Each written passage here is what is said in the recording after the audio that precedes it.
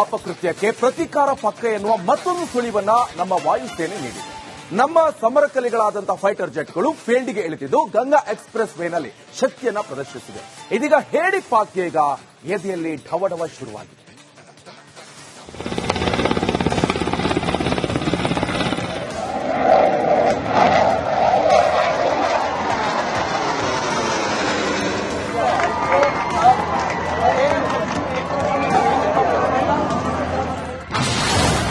ಫೀಲ್ಡ್ಗಿಳಿದ ಭಾರತೀಯ ಫೈಟರ್ ಜೆಟ್ಗಳು ಗಂಗಾ ಎಕ್ಸ್‌ಪ್ರೆಸ್ ವೇನಲ್ಲಿ ಶಕ್ತಿ ಪ್ರದರ್ಶನ. ಹೇಡಿ ಪಾಕಿಸ್ತಾನಕ್ಕೆ ನೇರ ಸಂದೇಶ.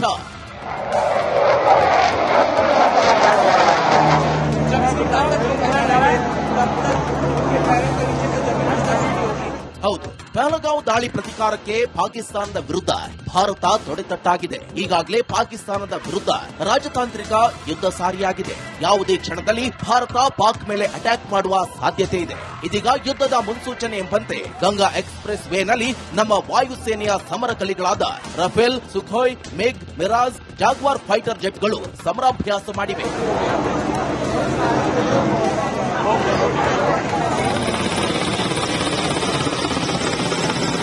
ಗಂಗಾ ಎಕ್ಸ್‌ಪ್ರೆಸ್ ವೇನಲ್ಲಿ ಹೊಸದಾಗಿ ನಿರ್ಮಿಸಲಾದ 3.5 ಕಿಲೋಮೀಟರ್ ಉದ್ದದ ಮೊದಲ ನೈಟ್ ಲ್ಯಾಂಡಿಂಗ್ ಏರ್ ಸ್ಟ್ರಿಪ್ ನಲ್ಲಿ ಲ್ಯಾಂಡಿಂಗ್ ಚೆಕ್ ಮಾಡುವುದರ ಜೊತೆಗೆ ಯುದ್ಧಾಭ್ಯಾಸ ಮಾಡಲಾಗಿದೆ. ಎಕ್ಸ್‌ಪ್ರೆಸ್ ವೇನಲ್ಲಿ ರಾತ್ರಿ ಇಳಿಯುವ ಸೌಲಭ್ಯವನ್ನು ಹೊಂದಿರುವ ದೇಶದ ಮೊದಲ ರಾಜ್ಯ ಉತ್ತರ ಪ್ರದೇಶವಾಗಿದೆ.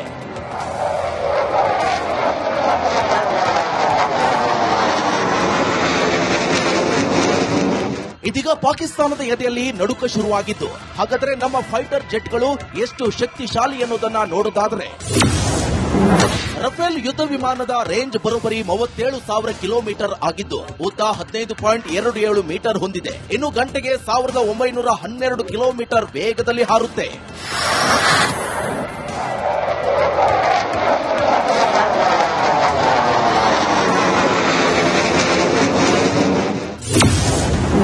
ಸುಖೋಯ್ ರೇಂಜ್ 30,000 ಕಿಲೋಮೀಟರ್ ಹೊಂದಿದೆ. ಉದ್ದ 72 ಅಡಿ ಹೊಂದಿದ್ದು ಗಂಟೆಗೆ 2120 ಕಿಲೋಮೀಟರ್ ವೇಗದಲ್ಲಿ ಹಾರುವ ಸಾಮರ್ಥ್ಯ ಹೊಂದಿದೆ.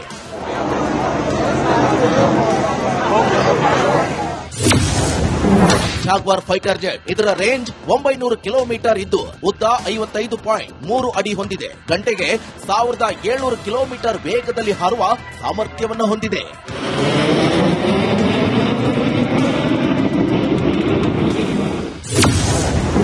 ಮಿಗ್ 29 ರ ರೇಂಜ್ 1430 ಕಿಲೋಮೀಟರ್ ಹೊಂದಿದೆ. 57 ಅಡಿ ಉದ್ದ ಹೊಂದಿದೆ. ಇನ್ನು ಗಂಟೆಗೆ 1409 ಕಿಲೋಮೀಟರ್ ವೇಗದಲ್ಲಿ ಮಿಗ್ ಹಾರಬಲ್ಲದು.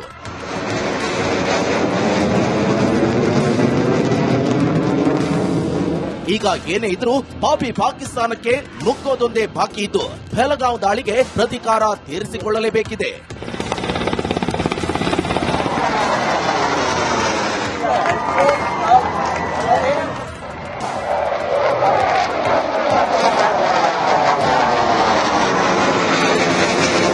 ಅಪಕೃತ್ಯಕ್ಕೆ ಪ್ರತೀಕಾರ ಪಕ್ಕ ಎನ್ನುವ ಮತ್ತೊಂದು ಸುಳಿವನ್ನ ನಮ್ಮ ವಾಯುಸೇನೆ ನೀಡಿದೆ. ನಮ್ಮ ಸಮರಕಲಿಗಳಾದಂತಹ ಫೈಟರ್ ಜೆಟ್ಗಳು ಫೀಲ್ಡ್ಗೆ ಇಳಿದಿದ್ದು ಗಂಗಾ ಎಕ್ಸ್‌ಪ್ರೆಸ್ ವೇನಲ್ಲಿ ಶಕ್ತಿಯನ್ನ ಪ್ರದರ್ಶಿಸಿದೆ. ಇದೀಗ ಹೇಡಿ ಪಾಕ್ಗೆ ಈಗ ಎದೆಯಲ್ಲಿ ಢವಢವ ಶುರುವಾಗಿದೆ.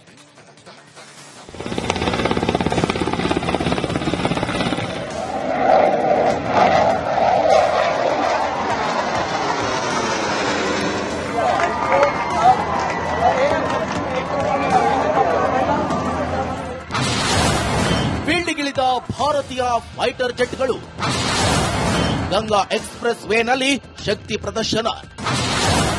ಹೇಡಿ ಪಾಕಿಸ್ತಾನಕ್ಕೆ ನೇರ ಸಂದೇಶ.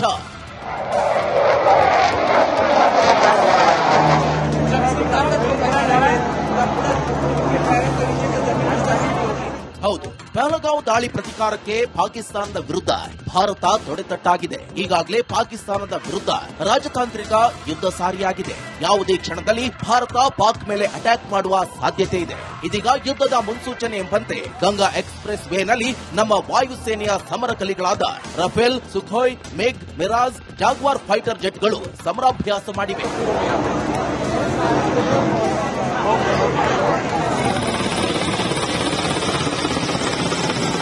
ಗಂಗಾ ಎಕ್ಸ್ಪ್ರೆಸ್ ವೇನಲ್ಲಿ ಹೊಸದಾಗಿ ನಿರ್ಮಿಸಲಾದ 3.5 ಕಿಲೋಮೀಟರ್ ಉದ್ದದ ಮೊದಲ ನೈಟ್ ಲ್ಯಾಂಡಿಂಗ್ ಏರ್ ಸ್ಟ್ರಿಪ್ ನಲ್ಲಿ ಲ್ಯಾಂಡಿಂಗ್ ಚೆಕ್ ಮಾಡುವುದರ ಜೊತೆಗೆ ಯುದ್ಧಾಭ್ಯಾಸ ಮಾಡಲಾಗಿದೆ. ಎಕ್ಸ್ಪ್ರೆಸ್ ವೇನಲ್ಲಿ ರಾತ್ರಿ ಇಳಿಯುವ ಸೌಲಭ್ಯವನ್ನು ಹೊಂದಿರುವ ದೇಶದ ಮೊದಲ ರಾಜ್ಯ ಉತ್ತರ ಪ್ರದೇಶವಾಗಿದೆ.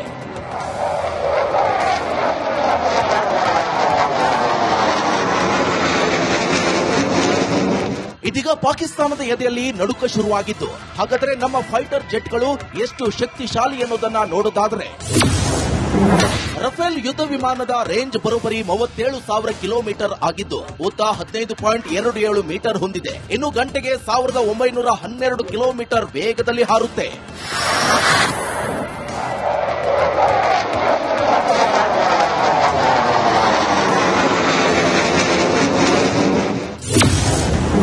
ಸುಖೋಯ್ ರೇಂಜ್ 30,000 ಕಿಲೋಮೀಟರ್ ಹೊಂದಿದೆ. ಉದ್ದ 72 ಅಡಿ ಹೊಂದಿದ್ದು ಗಂಟೆಗೆ 2,120 ಕಿಲೋಮೀಟರ್ ವೇಗದಲ್ಲಿ ಹಾರುವ ಸಾಮರ್ಥ್ಯ ಹೊಂದಿದೆ.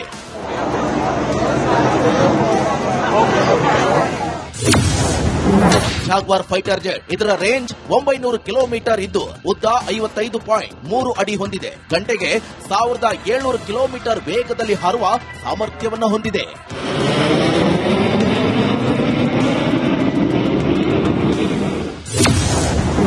ಮಿಗ್ 29 ರ ರೇಂಜ್ 1,430 ಕಿಲೋಮೀಟರ್ ಹೊಂದಿದೆ. 57 ಅಡಿ ಉದ್ದ ಹೊಂದಿದೆ. ಇನ್ನು ಗಂಟೆಗೆ 1,409 ಕಿಲೋಮೀಟರ್ ವೇಗದಲ್ಲಿ ಮಿಗ್ ಹಾರಬಲ್ಲದು.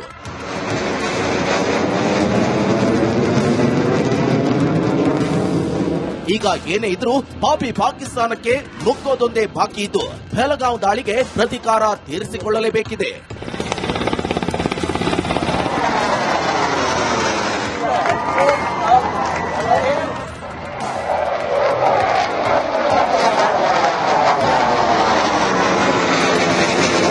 ಅಪಕೃತ್ಯಕ್ಕೆ ಪ್ರತೀಕಾರ ಪಕ್ಕ ಎನ್ನುವ ಮತ್ತೊಂದು ಸುಳಿವನ್ನ ನಮ್ಮ ವಾಯುಸೇನೆ ನೀಡಿದೆ. ನಮ್ಮ ಸಮರಕಲಿಗಳಾದಂತಹ ಫೈಟರ್ ಜೆಟ್ಗಳು ಫೀಲ್ಡ್ಗೆ ಇಳಿದಿದ್ದು ಗಂಗಾ ಎಕ್ಸ್ಪ್ರೆಸ್ ವೇನಲ್ಲಿ ಶಕ್ತಿಯನ್ನ ಪ್ರದರ್ಶಿಸಿದೆ. ಇದೀಗ ಹೇಡಿ ಪಾಕ್ಗೆ ಈಗ ಎದೆಯಲ್ಲಿ ಢವಢವ ಶುರುವಾಗಿದೆ.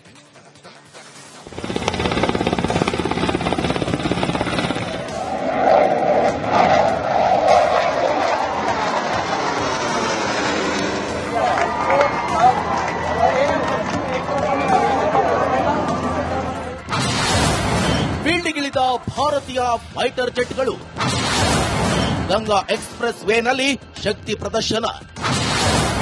ಹೇಡಿ ಪಾಕಿಸ್ತಾನಕ್ಕೆ ನೇರ ಸಂದೇಶ.